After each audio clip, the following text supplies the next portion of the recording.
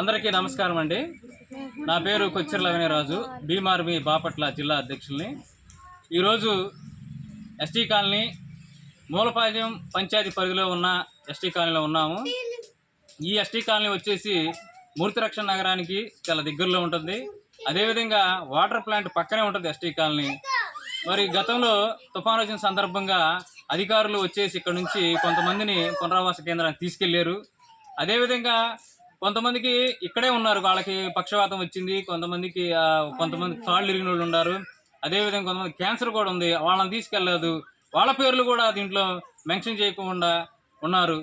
తర్వాత పునరావాస కేంద్రానికి వెళ్ళిన వాళ్ళకి కూడా ఇంత మటుకి వాళ్ళకి రావాల్సిన తుఫాను ద్వారా ప్రభుత్వం ఏవైతే ఇవ్వాలనుకుందో అలాంటి డబ్బులు కానీ నిత్యావసర సరుకులు కానీ ఎలాంటి ఇంత మటుకి అధికారులు ఈ ఎస్టీలకి ఇంత మటుకి ఇవ్వలేదు. ఎందుకని భీమార్మీ తరఫున అడుగుతున్నాం.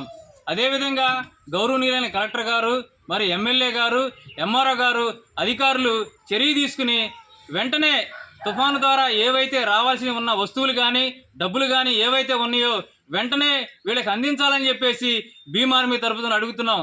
మరి చంద్రబాబు నాయుడు గారు తుఫాను మేము చాలా పకడ్బందీగా చర్యలు తీసుకున్నామని చెప్పారు. అదేవిధంగా మరి గౌరవనీయులైన కలెక్టర్ గారు చాలా చర్యలు తీసుకుని చెప్పారు.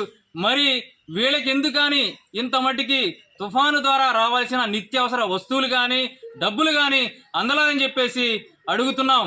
ఇకనైనా సరే అధికారులు, ఎంఆర్ఓ గారు, ఎంపీడీఓ గారు, అదేవిధంగా మూలపాలెం పంచాయతీ సెక్రటరీ గారు వీళ్ళందరూ చర్య తీసుకుని వీళ్ళకి రావాల్సిన నిత్యావసర వస్తువులు వెంటనే ఇవ్వాలని చెప్పేసి భీమార్మీ తరపున అడుగుతున్నాం.